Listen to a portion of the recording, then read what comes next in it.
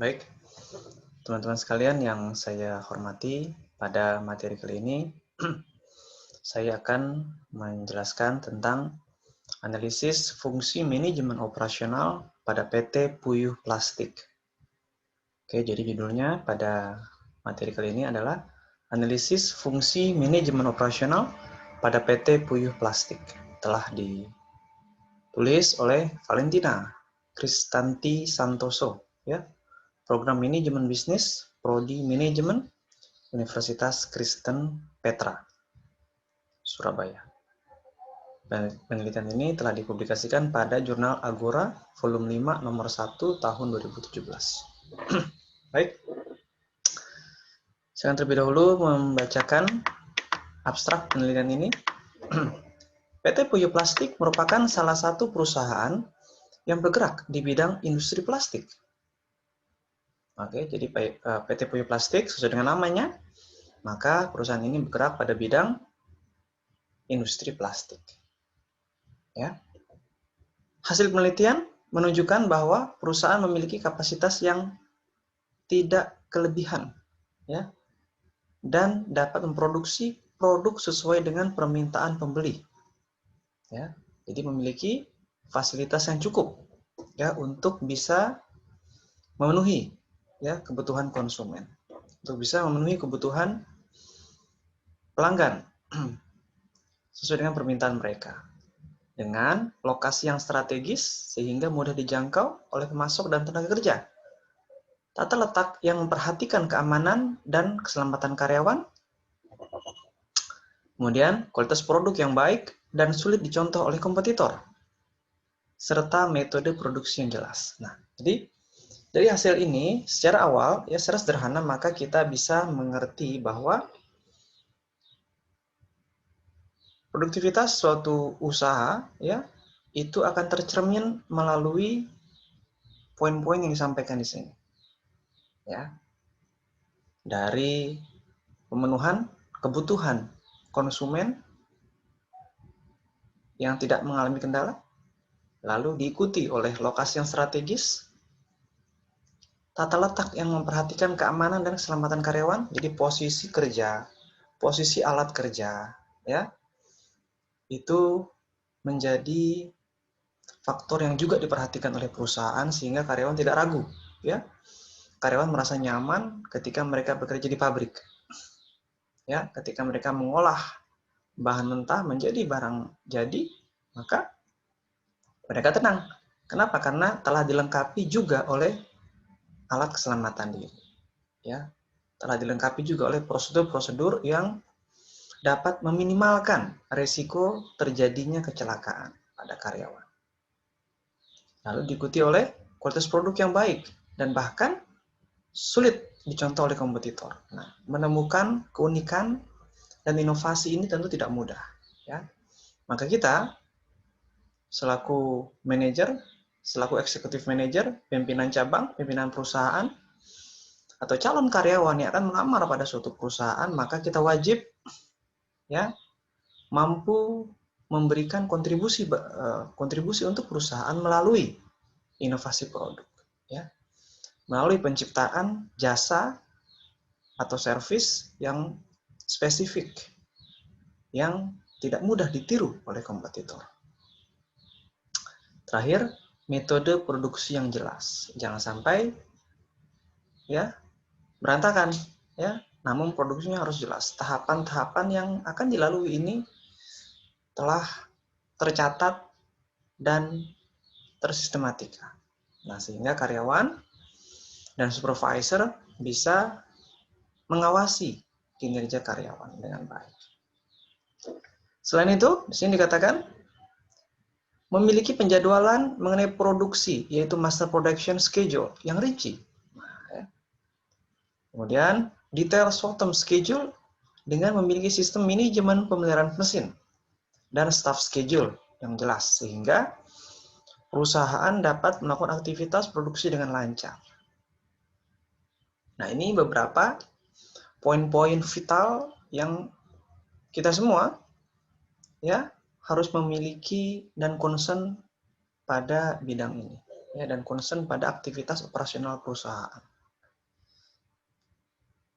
Dengan syarat ya aktivitas tersebut dilakukan dengan efisien dan efektif, ya, sehingga operasional perusahaan, ya, biaya operasional perusahaan bisa ditekan, yang pada gilirannya akan berdampak pada pendapatan operasional perusahaan.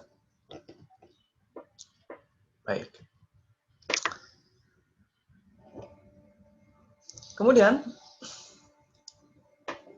pengawasan operasional di perusahaan ditunjukkan dengan pengiriman barang yang terpenuhi. Oke? Penyimpanan stok di gudang yang cukup, memiliki pemasok yang berpotensi, dan dapat mengontrol inventory dengan baik. Nah, dapat mengontrol inventory dengan baik. Nah, ini ada salah satu ciri keseriusan perusahaan, keseriusan pemilik usaha untuk ya memajukan usahanya, ya, untuk bisa menciptakan omset yang besar. Diawali dengan detail operasional yang rinci dan tertata dengan baik. Di sini dijelaskan bahwa ya stok di gudang yang cukup, memiliki pemasok yang berpotensi, dan dapat mengontrol inventory dengan baik, dan dapat mengontrol cadangan dengan baik, persediaan dengan baik. Jangan sampai persediaannya sedikit, kemudian ya jangan sampai persediaan yang tinggal sedikit ini tidak diketahui. Ya tentu akan bermasalah terhadap aktivitas operasional produk tersebut. Atau apabila ada supplier yang mengalami permasalahan, maka pabrik atau perusahaan tetap memiliki stok untuk membantu membackup dulu ya keterlambatan tersebut. Nah, ini jangan sampai inventorinya, persediaannya itu tidak diperiksa karena akan mengganggu operasional ya pabrik tersebut, operasional perusahaan tersebut. Dilanjutkan dengan struktur organisasi atau job ya, struktur organisasi, kemudian job description, visi dan misi serta SOP, standard operational procedure yang tertulis dan jelas dibutuhkan oleh perusahaan. Kemudian motivasi keterlibatan lebih karyawan dan penghargaan juga perlu diperhatikan untuk karyawan. Nah, ya, motivasi keterlibatan karyawan, kemudian penghargaan, mereka merasa dihargai, itu menjadi hal yang mutlak harus dilakukan. Terakhir baru fasilitas pendukung. Supporting facility should be improved to change the environment society. Oke, sehingga itu tidak membosankan. Fasilitas pendukung ya harus disiapkan agar karyawan ini betah, tidak bosan. Yang pada gilirannya mereka akan bertahan ya, tidak pindah ke perusahaan yang lain. Nah, itu abstraknya. Kita lanjutkan lagi ke daftar pustaka. Ya. Sini dikatakan untuk menciptakan manajemen operasional yang efektif dan efisien, maka melalui fungsi manajemen operasional seperti perencanaan atau operation plan. Ya. Perencanaan operasi dibagi menjadi 5 kategori, yaitu perencanaan kapasitas, lokasi, tata ruang, kualitas, dan metode. Ya. Jadi, fungsi manajemen operasional yang pertama adalah perencanaan operasional. Yang kedua adalah penjadwalan operasional, operation schedule. Jadi harus dijadwalkan ya. Ada jam-jamnya, ada jam masuk, jam pulang. Ya. Schedule-nya harus jelas. Nah, kalau memang beroperasi 24 jam, shifting-nya harus jelas. Ada berapa shift? 3 shift, 4 shift. Kemudian rotasinya ya. Sehingga karyawan bisa juga merasakan istirahat pada malam hari, kemudian bisa juga merasakan istirahat pada siang hari. Ya, ada rotasinya. Manajer mengembangkan daftar atau jadwal untuk mendapatkan dan menggunakan sumber daya produksi. Nah, ya. Penjadwalan menunjukkan produk apa yang akan diproduksi, kapan proses produksi dilakukan, dan sumber daya yang akan digunakan. Nah, jadi memang segala sesuatu ya tentu harus ada perencanaan dalam bentuk penjadwalan operasional sehingga akan berdampak pada target perusahaan, akan berdampak pada potensi visi misi perusahaan, logis bisa terwujud melalui perencanaan operasional yang matang. Yang ketiga adalah pengawasan. Nah, setelah dilakukan perencanaan, setelah dilakukan penjadwalan untuk kemudian dilaksanakan, yang ketiga adalah diawasi, operation control. Ya, ada supervisornya yang menjaga. Ya, terkadang memang karyawan ini kalau memang tidak diawasi, mereka akan bekerja semaunya saja. Maka kita harus awasi, baik melalui CCTV ataupun kehadiran supervisor secara fisik. Nah, ini menjadi faktor yang bisa menjaga motivasi karyawan tetap terus terjaga dan tidak malas-malasan karena merasa diawasi. Ya. Kalau tidak merasa diawasi, umumnya mereka akan acuh tak acuh, ya. Namun ketika diawasi, biasanya akan bersemangat. Sini dikatakan, pengawasan operasional menyangkut manajemen material dan pengendalian mutu. Nah, bagaimana perusahaan atau organisasi itu menjaga mutunya, menjaga kualitas produknya. Ya, bahan mentahnya itu harus bagus. Nah, ya, kualitasnya harus meningkat. Manajemen material terdiri dari 5 bidang, yaitu transportasi, harus bagus, pergudangan, persediaan, pemilihan pemasok, ya haruslah yang bisa dipercaya dan mampu mengirimkan barangnya tepat waktu, tanpa ada keterlambatan, dan terakhir adalah pembelian bahan baku untuk produksi.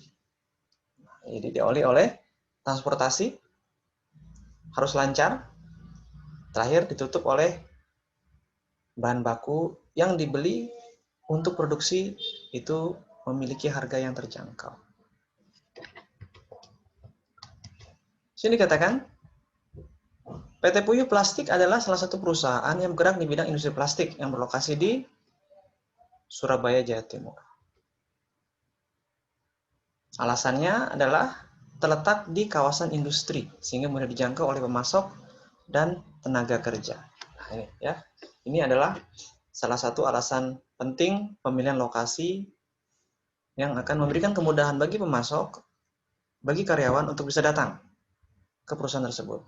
Ya, jangan sampai lokasinya terlampau jauh sehingga kos operasional pemasok dan karyawan menjadi lebih besar, ya, menjadi lebih tinggi. Oke, segera cukup ya. Terima kasih.